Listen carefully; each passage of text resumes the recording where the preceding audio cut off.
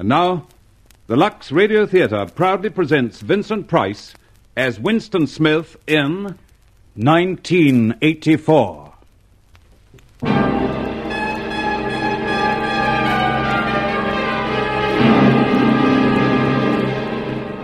"1984.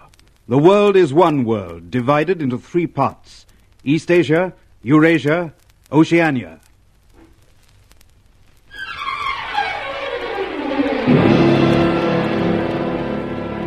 Religion is abolished. God is rooted out. There is only Big Brother. Big Brother is the head of the party. Big Brother is one, indivisible, unassailable.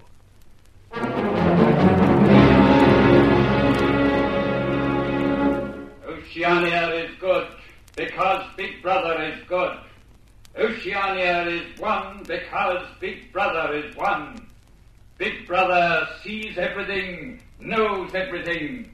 Everyone exists by the clemency of Big Brother. Big Brother, Big Brother, Big Brother. In Oceania, there are the proles. The proles, like the animals, are free. They have no telescreens in their houses. They have no numbers. They wear no uniform. The proles are the primitives, the early inferior people. Subdued by the party, subject to the party, they are the lost and the forgotten. Between the proles and the party there is a great gulf fixed. A prole cannot join the party. No party member can retreat to the proles. The party is one as Big Brother is one. Big Brother. Every member of the party wears a uniform, a suit of overalls. Every member of the party has a telescreen in his house.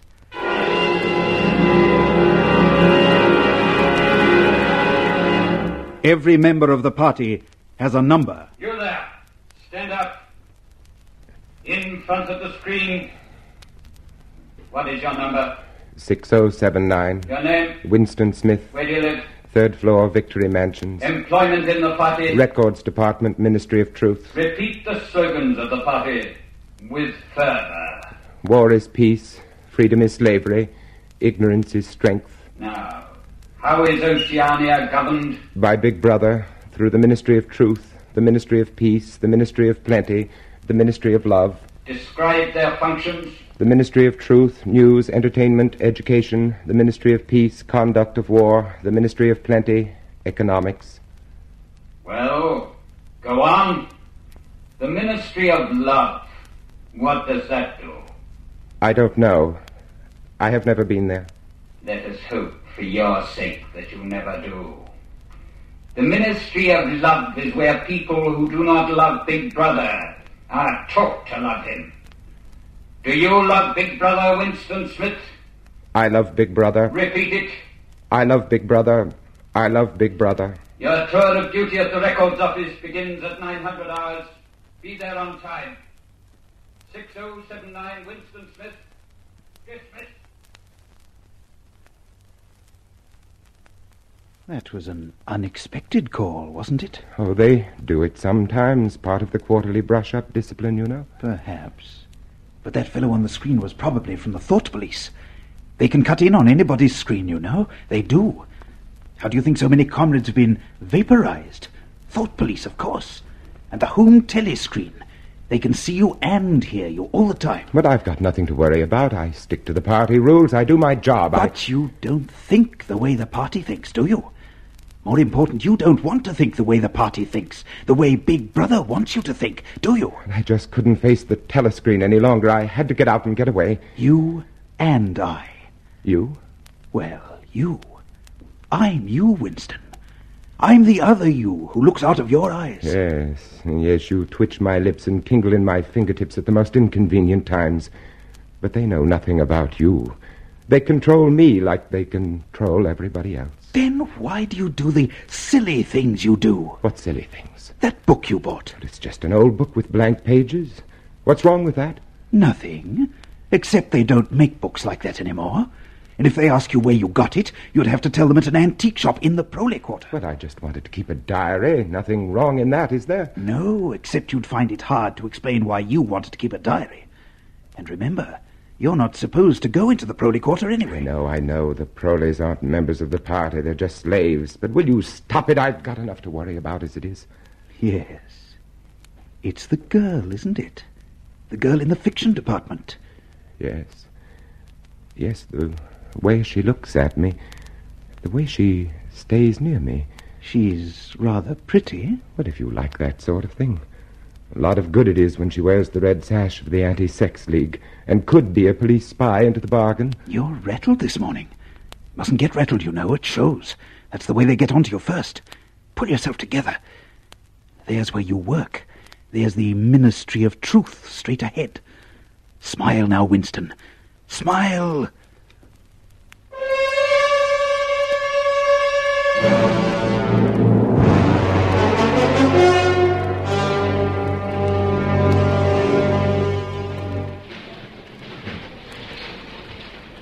Good morning, Comrade Smith. What? Oh, good morning, Comrade O'Brien. Not often we meet like this. No, Comrade. Of course, I've often wanted to.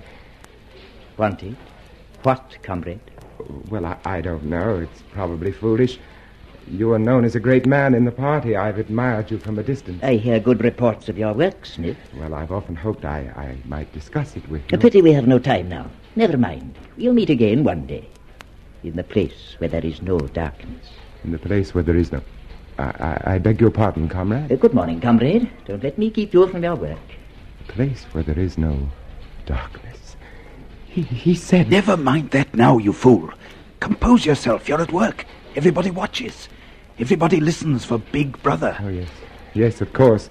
But O'Brien understands. Yes. Yes, O'Brien understands. You know now that you're not alone. But smile, smile. There's that girl again. Don't let her see. Don't let her guess. Above all, not her. 6079, Comrade Smith. Present for duty. Repeat the slogan of the Ministry of Truth. Who controls the past, controls the future. Who controls the present, controls the past. Does the past exist? Yes. Where? In records and in memories. Which is the more important? The records. Why? The records endure, but memories fade. So? Who controls the records, controls the memory of the people. Are you impressed with the greatness of your task? I am. Then begin, Comrade Smith. This is urgent. Big Brother's order of the day, 17th of the 3rd, 84, contains references to unpersons. Rewrite completely. Unpersons. Oh, I have to be careful about this. Unpersons are always tricky. Even Big Brother can't refer to them.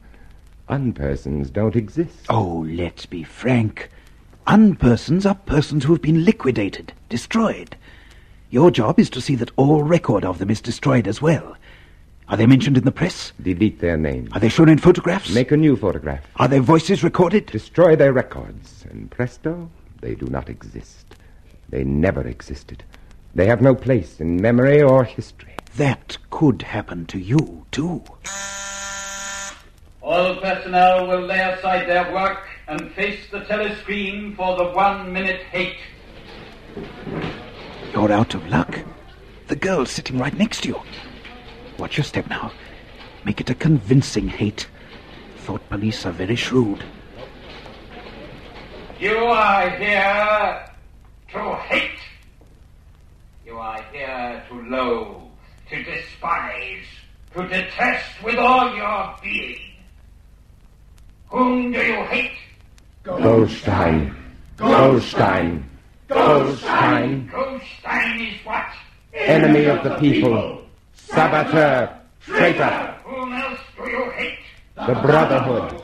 Goldstein and his Brotherhood. And the penalty for traitors like these? Death. Death. Death. Death. Death.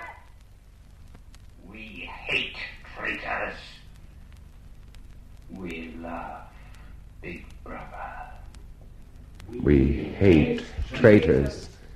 We love Big Brother. Speak to us, Big Brother.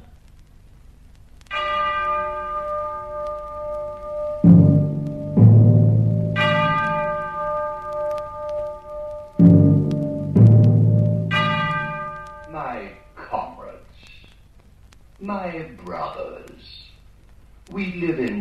times of great peril. We are exposed to the attacks of enemies without and traitors within. But have no fear. I am with you always.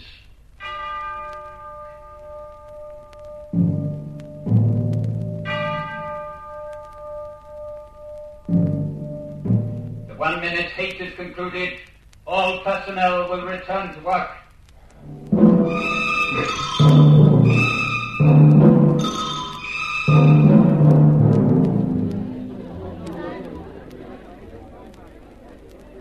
Are you eating with anyone, Smith? Hello, sir. No. Good, I'll join you. I don't know what they put in this victory gin, but it always makes me do that. Yes, it is rather strong, isn't it? Excellent product, though. Excellent. You seem rather distracted, Smith. Something on your mind? What's that? Oh, no. Nothing on my mind. I was just looking at that girl over there. Yes, she's been looking at you, too. Do you know her? No. Wouldn't help you if you did, would it? She wears that red sash like a banner. It's an odd thing to say. Comes of working in the poetry department. We're editing Kipling now, you know. Quite a lot of banners in Kipling. I understand the Junior Anti-Sex League is one of the favored institutions of the party. Oh, yes, I believe so. You're married, aren't you? I was. Oh? Divorced? Separated. Oh. With the consent of the party. It was apparent we would have no children. The party takes a very wise view of these matters. Of all matters. As you say. Funny, that girl's still looking at you. But I can't help it if she has nothing better to do. Oh, here comes Parsons. He lives near you, doesn't he? Yes, next floor down. He's got a wife and children. You'd better talk to him. I don't think I could. Hello. Hello, comrades. Hello, comrade. Parsons. Oh, I've been chasing you, Smith. What? Yes, it's about that subscription you forgot to pay me. Oh, which one is that? Hate Week. The house-by-house fund. We're going to decorate Victory Mansions. And $2 you promised me. Oh, well, here you are. Thanks. I say, did I tell you about what my little girl did last Saturday? Well, she was out with the junior spies troop near Berkhamsted. They spent the whole of the afternoon following a strange man. They kept on his tail for 2 hours and then handed him over to the patrols. Clever, eh? What was the man doing? Nothing, he says. But my little Millie was smart. She spotted him chipping pieces off the rocks with a hammer. Must have been a saboteur. Well, what happened to the man? Well, I don't know. But I wouldn't be surprised if, you know?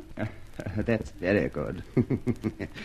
Of course, we can't afford to take chances. I mean, not with subversive agents everywhere. No, of course. Well, I've got a few more subscriptions to chase up. I'll, see you later.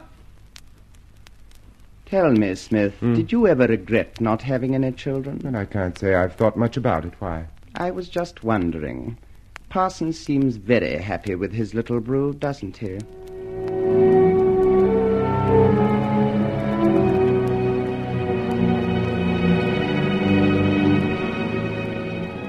You see what I mean about being careful? Watch that fellow Syme. Oh, he's clever, and he never says a word out of place, but he's marked. One day he just won't come to work, mark my words. Why should I worry about Syme? He can look after himself. I'm worried about me, about that girl. Oh, working in the same building, people are bound to see each other frequently. But for some reason, she's interested in me. She keeps turning, and why? It can't be sex. She's a member of the Junior Anti-Sex League. I doubt if she's from the Thought Police. Except for that diary you keep, you haven't given too much away. Well, anyway, she's not important. The important thing is O'Brien.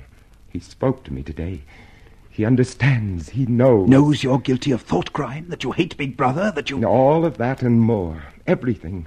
Don't you see? If O'Brien knows, there is hope then. There is hope. Oh, I'm sorry, comrade. I wasn't looking where I was. Wait a minute. You're the girl from the Ministry of Truth, aren't you? That's right. You've been watching me for days. Yes. But why? I'm a good party member. Why do you have to spy on me? I'm not spying on you. All I wanted to do was to tell you I love you. You love me? Wait a moment. She loves me. She said she loves me. Good evening, Mr. Smith. Oh, hello, Millie Parsons. What are you doing out so late? Mr. Smith? Yes, Millie. You're a traitor. What? I've been watching you. You're a thought criminal. Millie, Millie, get out. Go home. I'll tell your father about this. Smith's a traitor, Smith's a spy. Catch him first and let him die.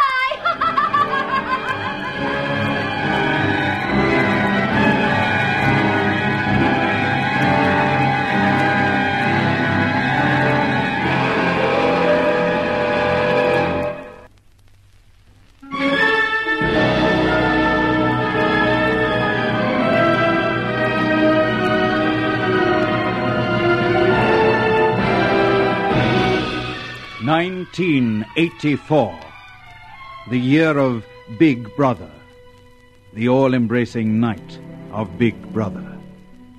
If you belong to the party, you are free to attend a party rally, or a party discussion group, or rest briefly, or watch the party entertainers on the party telescreen.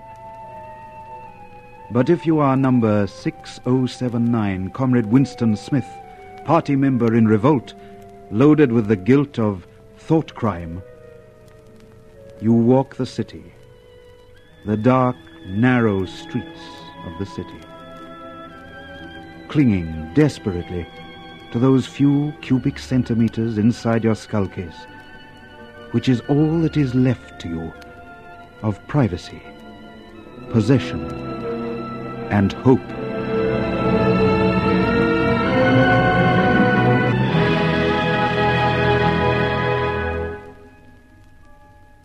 The way she said love made it sound completely personal, private, indestructible. It isn't, you know. It can't be. Not now in the year of Big Brother. Love involves an alienation of something that belongs to Big Brother and to the party. Love is betrayal. Love is thought crime. It's hopeless. I refuse to believe that. It is not hopeless. There is a chance. There is O'Brien. He understands. He is in revolt, too. Yes, there is O'Brien. Hello, you've walked a long way. Remember that shop? Yes. That is where I bought the book for my diary. It's a junk shop.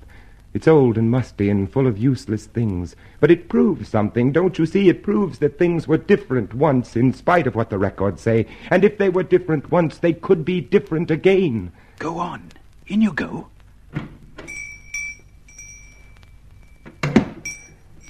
Good evening. Good evening. What can I... Oh, why, of course. You're the gentleman that bought the ladies' keepsake album. Is there anything special I can do for you? I was passing. I just looked in. I don't want anything in particular. Yes, just as well. The shop's nearly empty. Between you and me, the antique trade's just about finished. No demand, no stock either. That's a pretty thing. What is that? No, it's a glass paperweight. What's that inside of it? That's coral. Coral?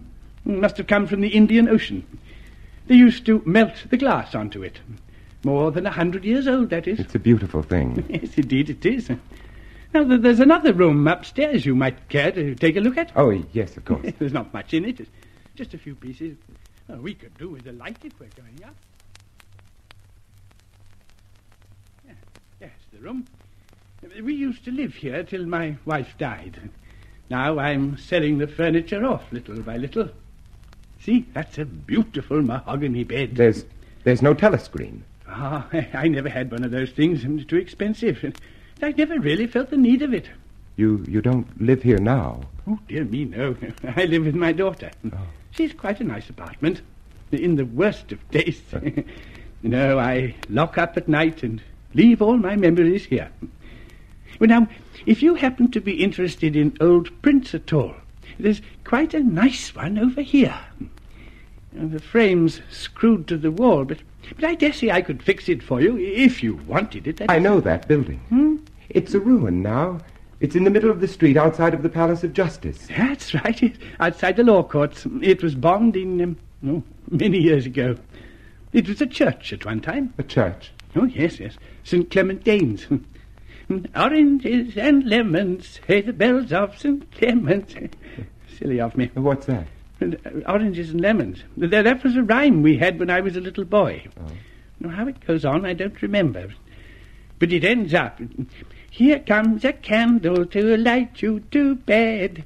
Here comes a chopper to chop off your head. It's a kind of dance, a game all in one. And all the names of the churches were in it. I've heard about churches, but I didn't realize I'd ever seen one. Oh, there's a lot of them left, really, but of course they've been put to other uses now. You wouldn't like to buy the picture? No, but look, I like this room. I might at some later date want to rent it from you for a while. I'd pay you quite well. Well, I don't see why not. You'd look after all my old things, I know. I'll let you know later, then. You've been very kind. Thank you. Pity you've got to go. I'm just on the verge of remembering the rest of the rhyme. Oranges and lemons, say the bells of St. Clements.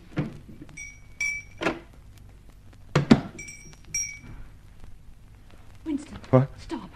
Don't look round. Just light a cigarette. Oh, this is madness. Do you want us to meet? Yes, of course, but... Next Sunday. Are you free? Yes. Then listen carefully. Now, you'll have to remember this. Go to Paddington Station.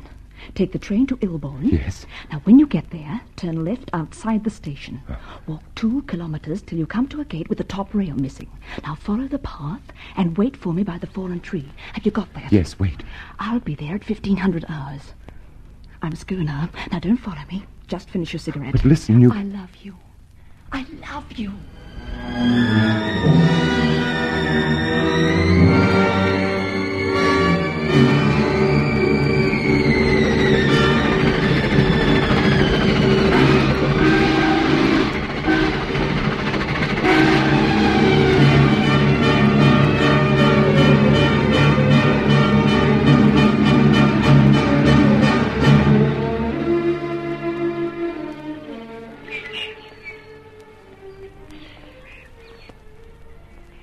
You're picking bluebells in the country while you're waiting for a girl.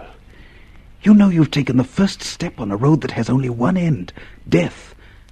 And yet you're picking bluebells. I don't remember picking bluebells before. It's not in the party's syllabus. Well, to hell with the party. To hell with... Hello. Oh, hello. Do you always talk to yourself? Usually. It's safer. It isn't really. It becomes a habit. The habit gives you away. Oh, I suppose it does. You can put your arms around me, no? I don't bite. I don't even know your name. Mine is Julia. Yours is... Winston Smith. I know. I found out. Now put your arms around me. Kiss me. Oh, Julia. Julia. Till this moment, I didn't know what color your eyes were. I'd forgotten what a pair of lips tasted like.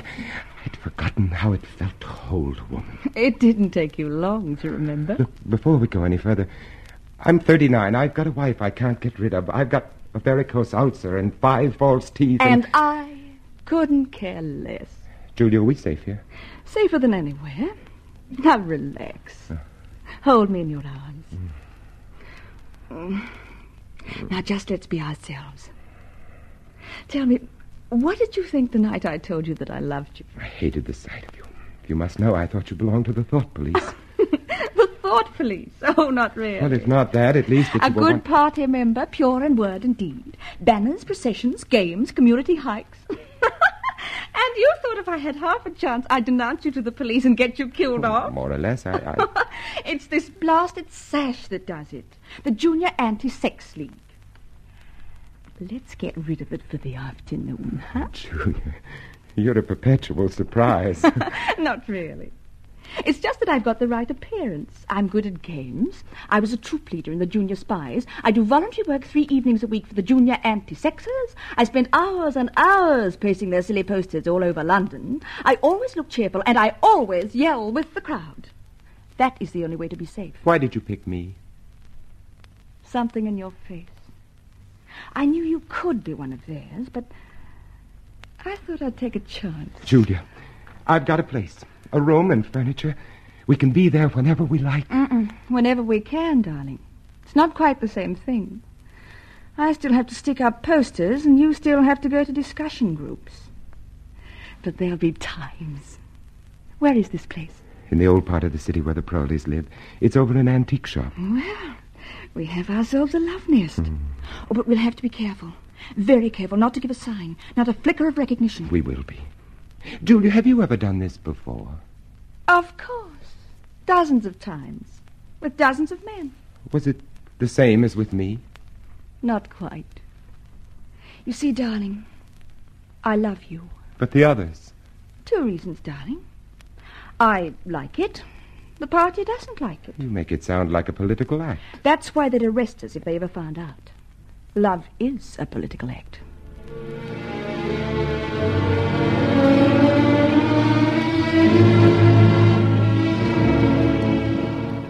Oh, Julian. Yes, darling. Do you think it was ever like this for everybody? Like what? Being in your own room on a summer evening, talking about things you wanted to talk about. Not worrying about telescreens or thought police. I don't know. I know it's nice now. We've got another hour to enjoy it. That's all. Would you like me to make some tea? Yes, please. I like this room. Oh! Get out, you filthy brute! What was that? Oh, only a rat. A rat! Oh, it was a big, ugly fellow. I gave him a good fright, though. Darling. Darling, what's the matter? Of all the horrible things in the world, I hate rats most of all. But, darling, there's no need to be upset. They're ugly things, unclean things, but that's all. No, they're more than that. They're much more than that. Now, darling. Julie, get rid of it, please. Darling, just lie back. I'll make tea, and then I'll plug the hole. No. Plug up the hole first, please, Julia. All right, darling, of course. Julia, when I was a child lying lonely and awake in the dark, they were voices gibbering in the darkness. Their feet scurried closer, and then retreated only to come again. They touched my face. It was more horrible than the touch of a dead hand. I've never got over that feeling. Ever since that night, I've lain awake and screamed soundlessly for hours. Whenever I heard the small, pattering feet of a rat. I'm all right now. Darling. Yeah. Darling, what's this picture? I've seen it somewhere before. Oh, it's a church, or at least it used to be. St. Clement Danes. Mr. Charrington taught me a rhyme about it. Oranges and lemons, say the bells of St. Clement's. You owe me 3 farthings, say the bells of St. Martin. Julia, you know it. Go on, please, go on. When will you pay me, say the bells of Old Bailey. I forget the next line, but then it says, here comes a candle to light you to bed, and here comes a chopper to chop off your head. Julia. Yes, darling. You know, I have the strangest feeling about that silly little rhyme. What sort of a feeling? As if everybody connected with it were someone who could make us happy. As if I hoped the next person to recite it would be O'Brien. O'Brien? Yes. I told you he spoke to me again in the lift yesterday. He wants us to go up to his flat. Oh, darling, must we really? But he's one of us. No. He may hate Big Brother and the party and all the rest. But, darling, that doesn't make him one of us. Oh, Winston, we're 2 people. We make love together and we talk together and we drink tea together. O'Brien has no part in that. But don't you see, as we are now, we're alone. If we join O'Brien and his brotherhood, we won't be alone. We'll still be arrested in the long run. But that's not the important thing. The important thing to me is this room and what we do here and how we live here and the joy we have. We don't need O'Brien to keep us alive. It's not being alive that counts. It's being human, and being human means you share your living and your hoping and your fearing with other people. The party's only too happy to have you share. But not the human things, only the inhuman ones. I want to think there's a hope we could all be as human as we 2 are now. That's why I want to see O'Brien.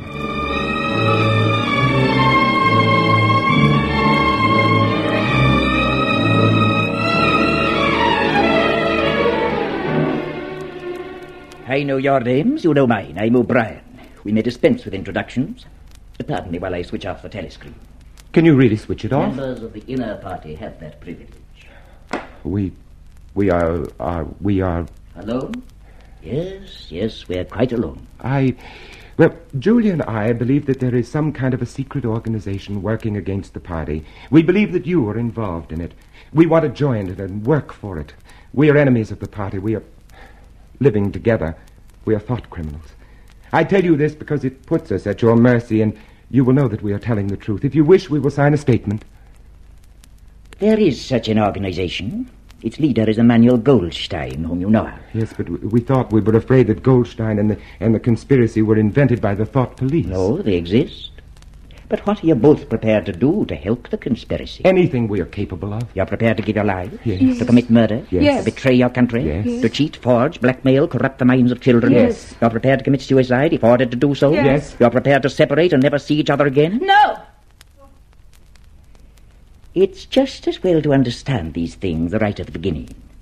You understand you'll be fighting in the dark. You'll receive orders and obey them without knowing why. Sooner or later you will be caught and tortured and you will die. You will never know whether your work has served a single good purpose. We and you now are the dead. Our only true life is in the future. 1,000 years away, perhaps. But if in that 1,000 years we extend the frontiers of sanity even a little, we shall have done well. You have a hiding place? Yes, in the old quarter, a room over an antique shop. The proprietor is called Charrington. That will do for the moment. Later we shall make other arrangements, give you more definite instructions. Now it is time for you to leave. Then we are accepted? Yes, you are accepted. Have you any more questions? Only one. Do you know an old rhyme called The Bells of St. Clement's? Yes, I think so. Oranges and lemons, say the bells of St. Clement's. You owe me 3 farthings, say the bells of St. Martin's. When will you pay me, say the bells of Old Bailey. When I grow rich, say the bells of Shoreditch. You know it, you know all of it. I told you he'd know it, Julia, didn't I?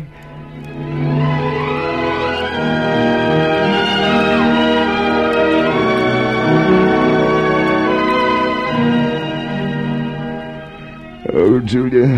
What, darling? It's nearly time to get up. Oh, I don't want to get up. Oh, neither do I.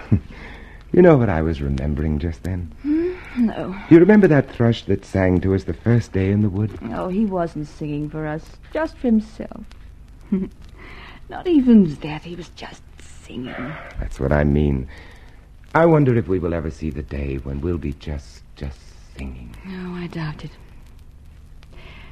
What did O'Brien say? We are the dead. We are the dead. You are the dead. What? It came from behind the picture. What? Behind the picture. Yes. Oh!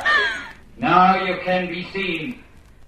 You are the dead. The telescreen behind the picture. Julia! Stay where you are. What? Don't touch each other. Clasp your hands behind your heads. Now stand back to back. I suppose we may as well say goodbye. You may as well say goodbye. And while we're on the subject, here comes a candle to light you to bed.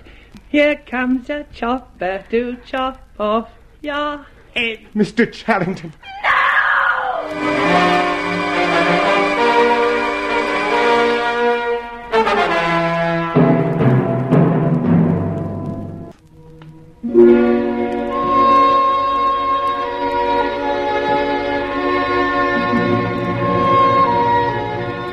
1984, the year of the revolt of Winston Smith against Big Brother and the party of Big Brother.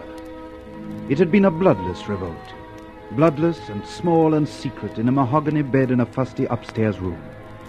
The issue had been decided before the thought was conceived or the act begun. But even now, Winston Smith had no certainty where he was.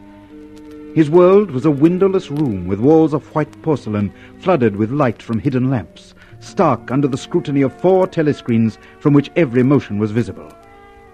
He was more lonely than he had ever been in his life.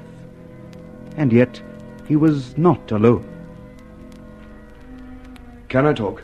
There are still the telescreens, Parsons. Oh, I don't mind those. I have nothing to hide, nothing at all. What are you in for? Thought crime.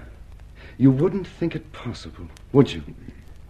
You don't think they'll shoot me, do you, old chap? I mean, they don't shoot you if you haven't actually done anything. I know they give you a fair hearing. They'll know my record, won't they? You know what kind of a chap I was. Not brainy, of course, but keen. I'll get off with 5 years, don't you think? Or 10? A chap like me could make himself pretty useful in a Labour camp. Are you guilty? Oh, yes. Oh, yes, I'm guilty. You don't think the party would arrest an innocent man, do you? Thought crime is a dreadful thing, old man. It's insidious. Do you know how it got hold of me? In my sleep. Yes, that's a fact. Never knew I had a bad streak in me, and There it was. How did you find out? I started talking in my sleep. Yes. They heard me shouting, "Down with Big Brother." Who denounced you? Well, actually, it was my little daughter. She listened at the keyhole and heard it, nipped off and told the patrols next day. Pretty smart, eh? And she's only 7. But that's the sort of thing I mean. They'll understand that I trained my children properly. They'll take that into consideration, won't they? Parsons? Yes. Yes, just tell me what you want done. I'll cooperate. You won't have any trouble with me. Room 101. Oh. Yes. So, you're alone again. Alone except for that whimpering thing in this gleaming aseptic world of the Ministry of Love. It's not a new experience, this solitude. You're not too afraid, are you? Yes, I am afraid. I am afraid of this procession of frightened men with broken bodies and terrified eyes. I don't know whether that's part of the treatment, too. Yes, it's all part of the treatment. Keep reminding yourself of that. The lightest word, the least calculated gesture is all part of the treatment. There is no mercy, there is no kindness, there is no intermission of misery. It is all part of the treatment.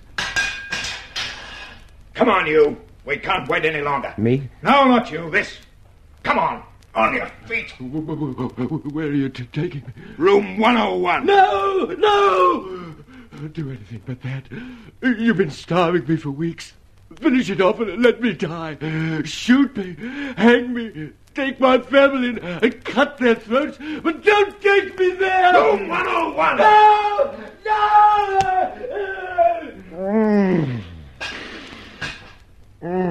Smith, take your hands away from your face. It's forbidden to cover your face in the cells.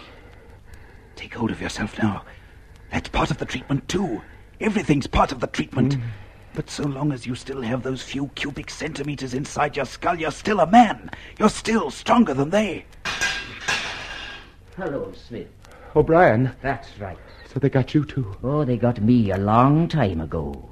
You mean you are one of them? Don't deceive yourself, Winston. You knew this a long time ago now, didn't you? You've always known it. I told you myself we should meet like this, in the place where there is no darkness. Now that we have met, we are going to make a new man of you, Winston. A new man. Take him!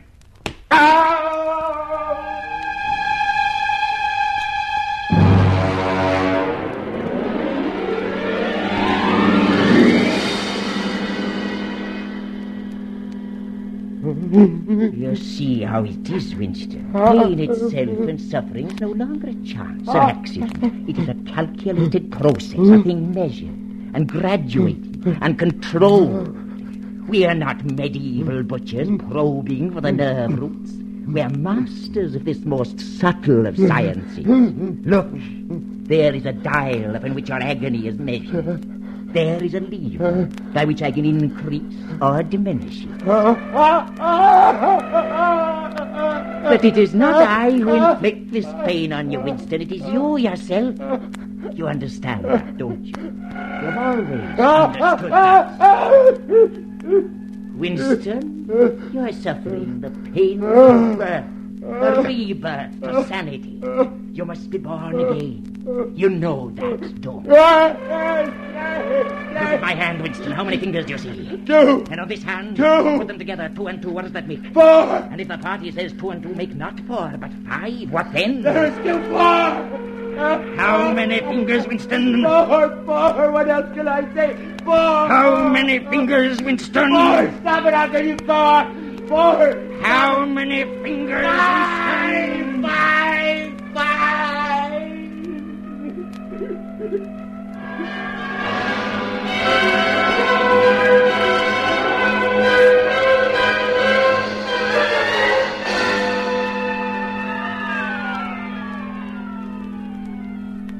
Do you know where you are, Winston?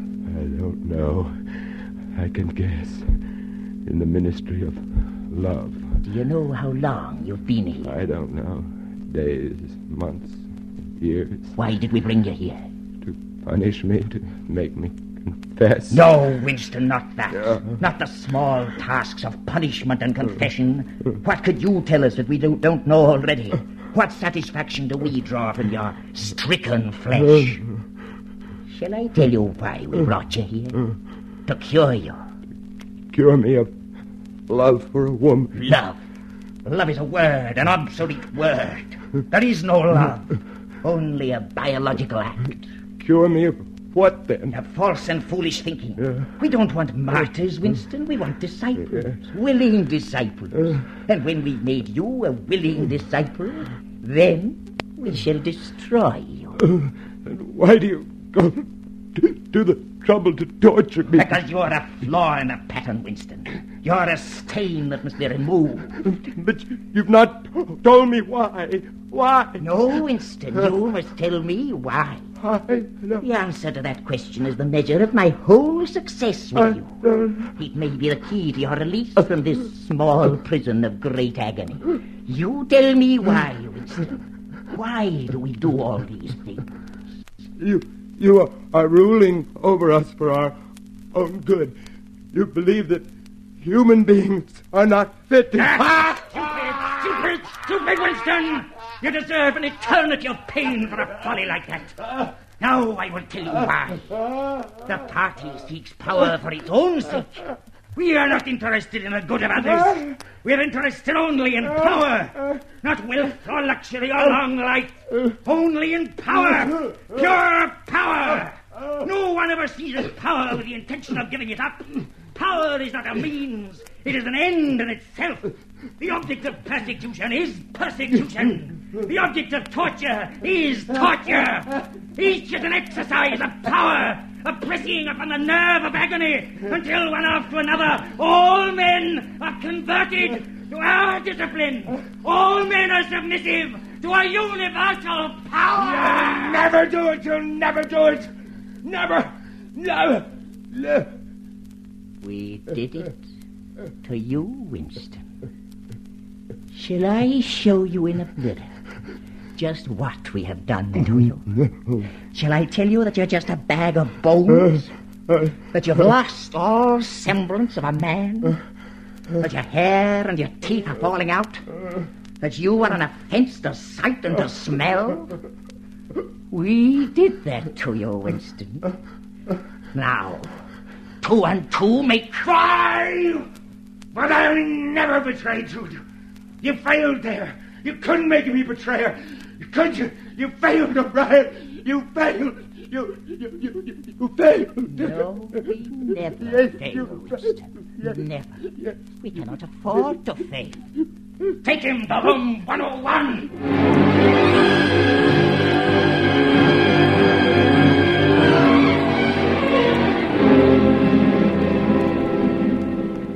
So this is the end of horror. This small room down in the bowels of the earth. I'm strapped to a chair, tightly, so tightly that I cannot move. I cannot retreat inside my skull case. That does not belong to me anymore. It has been entered and possessed and garrisoned by O'Brien. There is no retreat left anymore. I am faced now with the ultimate agony.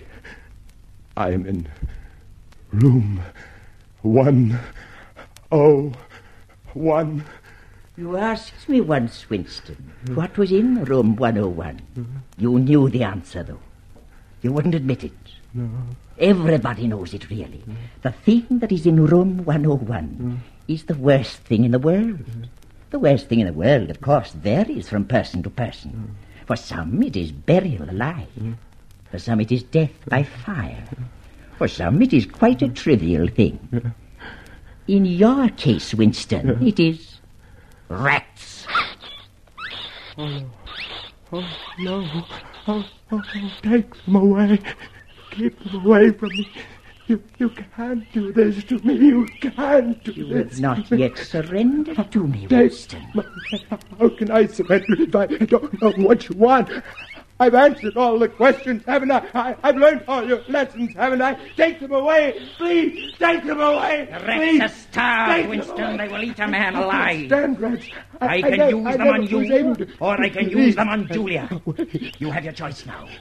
Which? Use them on Julia. I don't care. I don't care what you do. But don't let them near me. Don't let Julia suffer now. Let her. There now, Winston. It's over now. There isn't any more. It's all over now.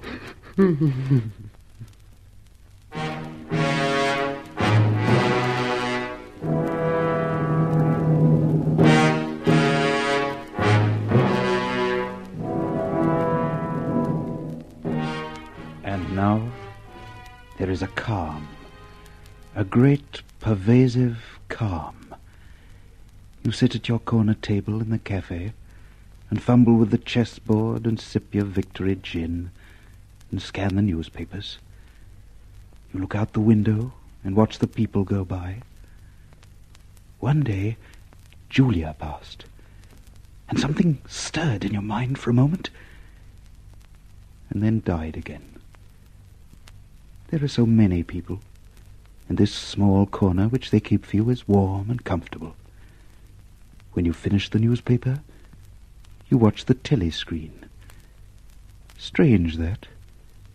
In a life without struggles, without any hint of climax, that is the moment that comes nearest to emotion.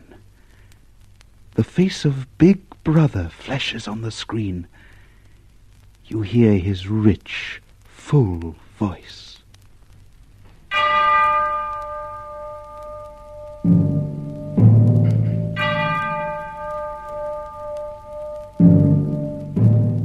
My comrades, my brothers, we live in times of great peril, but have no fear.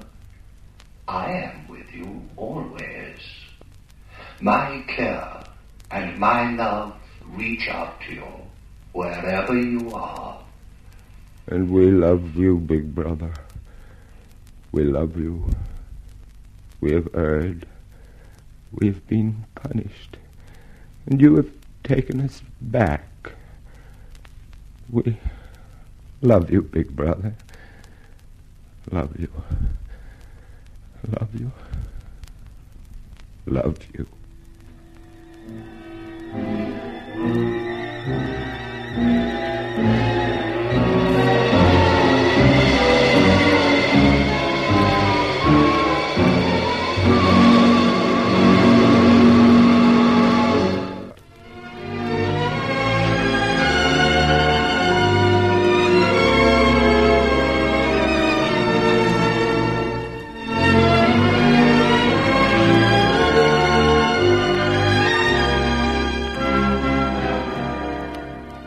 The Lux Radio Theater is produced by Sterling McAvoy.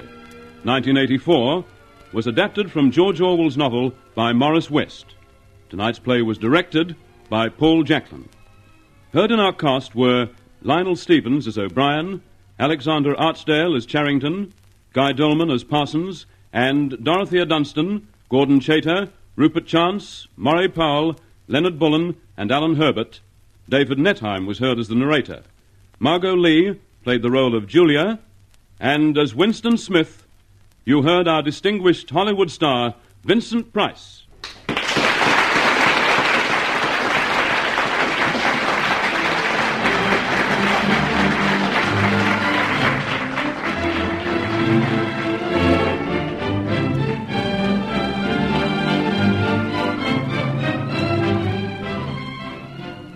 One week from tonight, Accent on Youth, starring Hollywood star Melvyn Douglas in person.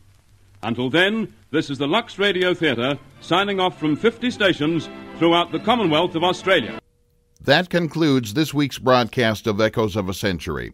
This program was an independent production by Dalshoe Radio Creations, copyright 2005, produced in the studios of WLSU La Crosse, an affiliate of Wisconsin Public Radio, on the La Crosse campus of the University of Wisconsin.